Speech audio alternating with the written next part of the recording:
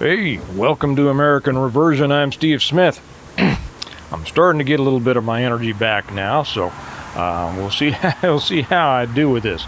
Is America turning back to the right? That's what I want to talk about today, because I think it just might be. Before I get started, welcome to all of our subscribers, all of our new people, both on YouTube and on Patreon. It's great to have you. We'll keep growing on both. Thanks for sticking with me during my little sickness here over the last 10 days or so. I watched some of those videos and I said, man, the people are awful nice to keep watching you. But anyway, thank you for being there. I'm feeling a lot better. I'm not feeling 100% yet, but I'll try to get through this if I can keep it short. So like I say, welcome to everybody. Before I get any further into it, if they stick some stinking ad on the beginning here about Sandy Hook Promise or something else that you know I don't agree with and you don't agree with either, just totally ignore those. Excuse me if I clear my throat a couple of times. I'm sucking on a what is it? It's my favorite candy. Must be the brain fog not letting me think about it. Anyway, I'll think about it later. Right in the middle of the video, I'll probably say, oh yeah. But anyway, this is not brought to you by any of those things with which you know I disagree. It's brought to you by the Second Amendment, which we had great news about recently, haven't we?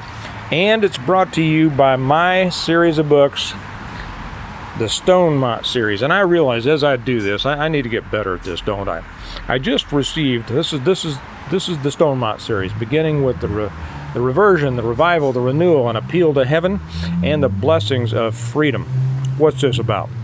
This is about rebuilding a country after it has collapsed. It is a series of novels, and the particular problem in this is that an EMP or CME took out everything in the world, and they had to rebuild, but they rebuilt according to the basic tenets and principles and values and virtues on which our country was based and our families are based. And in these books we discuss a lot about the history, what happened to our country, why we need to remake it, why we need to return it to the way that it is. So the reason that I bring this up, and the way to get them, I always put links down below on how you can get them either through Amazon and trade paperback or a Kindle, or you can get signed copies from me. And there's another way to do that, and all the information is down there right underneath where it says how to join the Patreon channel if you would like. I just got a very nice it was an email or a message, I forget which one it was. Or it might have been a comment. It might have been a comment over on Patreon. I'm sorry that I forget which it is, but I check quite a few things during the day, and I don't always remember exactly where it came from. I just remember how nice it was, and it was just the latest in many that I get, saying they wanted to thank me for the books. Actually, they said they followed me for a long time on integrated preparedness. They followed me on YouTube and Patreon, but they didn't realize that I'm the one who wrote these books. Yes, I am. I'm the one who wrote these books, and if you haven't read them yet, if you're not a Stonemonter, and that's what we call people who have read them and really become involved in them, we'd love to have you do it, and I think that you would enjoy them and get a lot out of them. Is America turning back to the right? I think it is. And while I won't say that, I will say I'm a little bit surprised. I'm not totally surprised because, as I've said before, I've seen this happen a couple times before. Okay, back during the 60s, back during Vietnam. 1968, the riots, the assassinations of Martin Luther King Jr. and Bobby Kennedy. The country was in a mess. It was Johnson's totally liberal programs of the Great Society, which started in my opinion, many of the problems that we have nowadays, which created a permanent underclass that is still suffering from that. That brought about all of the violence that erupted in 1968 around the Democrat convention. Really brought in Richard Nixon, and because people were tired of all the junk going on. They were tired of all the crap. They were tired of the riots. They were tired of the people burning the draft cards and the sit-ins and all of that kind of stuff. They brought in Nixon because they wanted a return to law and order. Now, we all know what happened with Nixon. He was a disappointment on several layers. Gerald Ford came in at the end of him. People had had enough of that, and so they got Jimmy Carter in. Jimmy Carter was a horror, drove this country back down into a ditch, probably lower than it's ever been before economically, and just attitude-wise, the feeling, the reputation of America throughout the world has never been lower than under Carter. Carter brought us Reagan. Sadly, following Reagan, we had George Bush and then Bill Clinton. Bill Clinton drove it down, right? And then what did we see after that? We saw George W., right? Well, we can have... There's a lot to say about George W. I'm not a big fan of his. After the attacks of, 9/11, a feeling regenerated about positivism regarding the United States. After we went through George, who was a big disappointment as far as I'm concerned in many ways. He took some hits I don't think he deserved, but that's everybody's individual opinion, and probably don't need to hash it out here. Then we got Barack. And Barack felt that the world didn't hate America quite enough, so he was going to help that and make sure that the world hated America a little bit more, and pointed out all of the things that he could think of that was our fault, right? And he went on his apology tour. Remember how he bowed to all the foreign leaders, and now he, I won't get into everything that he did because that's not the purpose of this. Coming out the other end of Barack, people were finally so sick and tired of what was going on, they got Trump in. Trump has his detractors. He has his supporters. I will say that I am a supporter with detractions. He did good things, and he had some problems.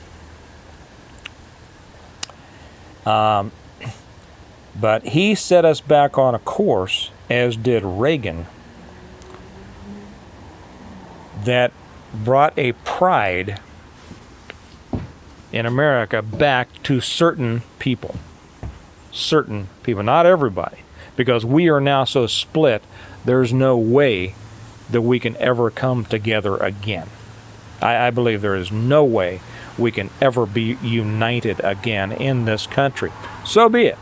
I really don't want to be united with people with whom I disagree on such basic levels. No reason to be. It's like a marriage with irreconcilable differences. Okay, all you do is continue the misery of both. And why do that? If people want to live a different way, let them. But I'm also not ready to let them tell me that I should live the way they want me to live, and I know that most of you feel the same way. As a result of Trump, we had have a Supreme Court who has come up with a couple of major decisions.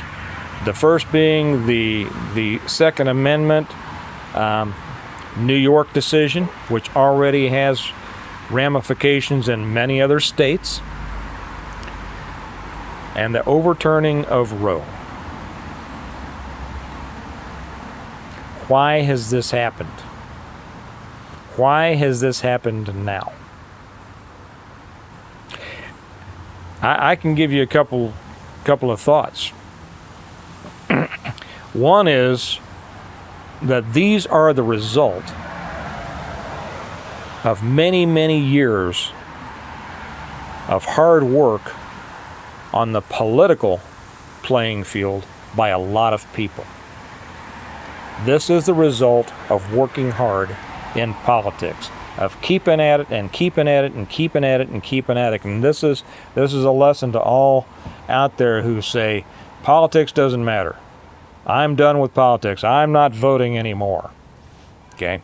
You're not a part of the fight. That's on you. What has happened here is the result of all those people who did not abandon the fight. They did not abandon it. They didn't leave the field of battle. They didn't curl up and go hide. They kept working for it. And as a result, we have two major decisions. The decision overturning Roe, there's no way to overemphasize its importance, I don't think. I think it's one of the greatest things that has happened in my lifetime, anyway. It's going to have major ramifications down the road. And it's because of the court that we had, and that is because of who we had putting those people on the court. The other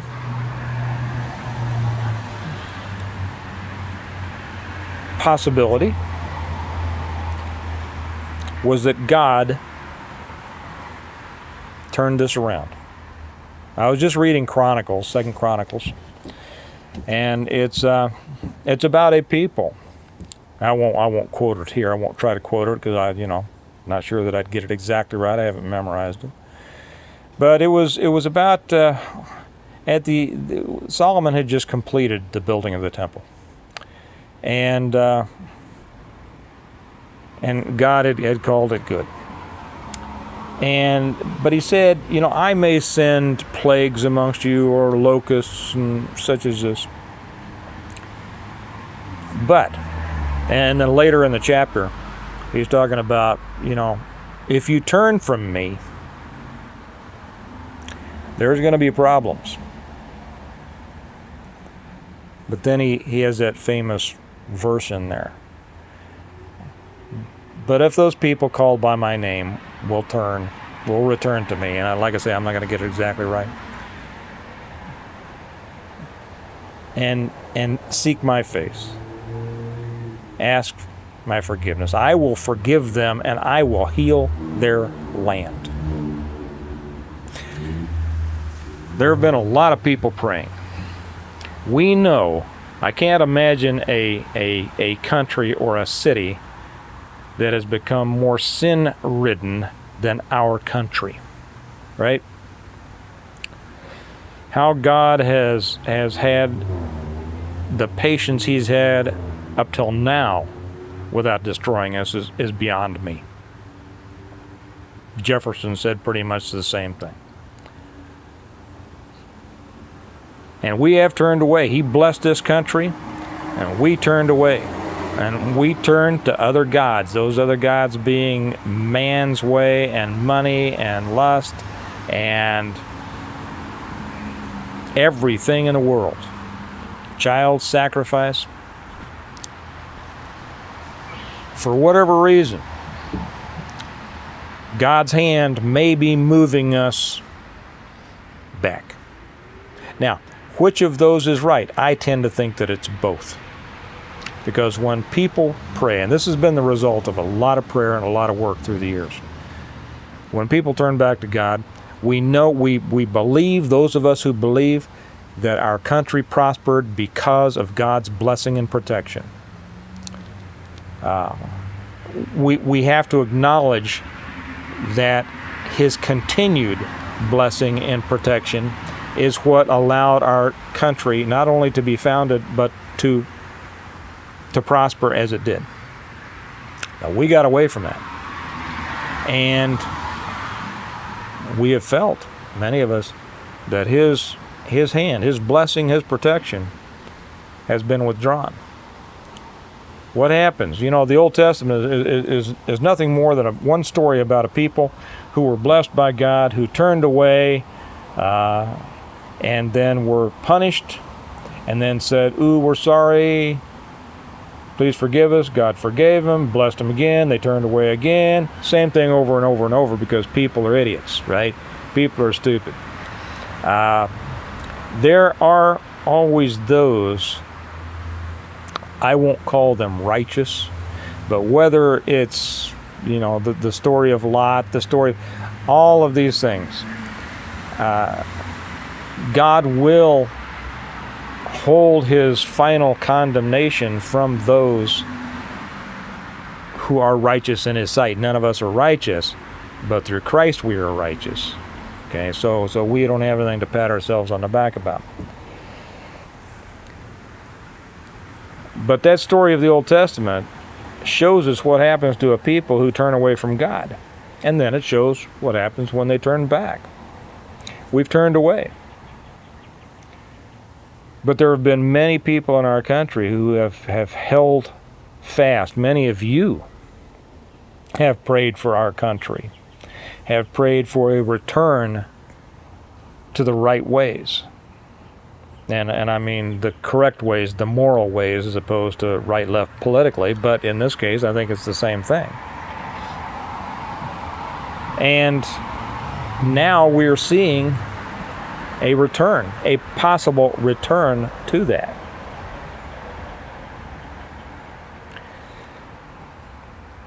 We can't. Now, if that's true, and we know we've got a lot of hard times ahead of us, we have a political season ahead of us that I think is just going to be worse than any that we've seen in the past. It's going to be something to see.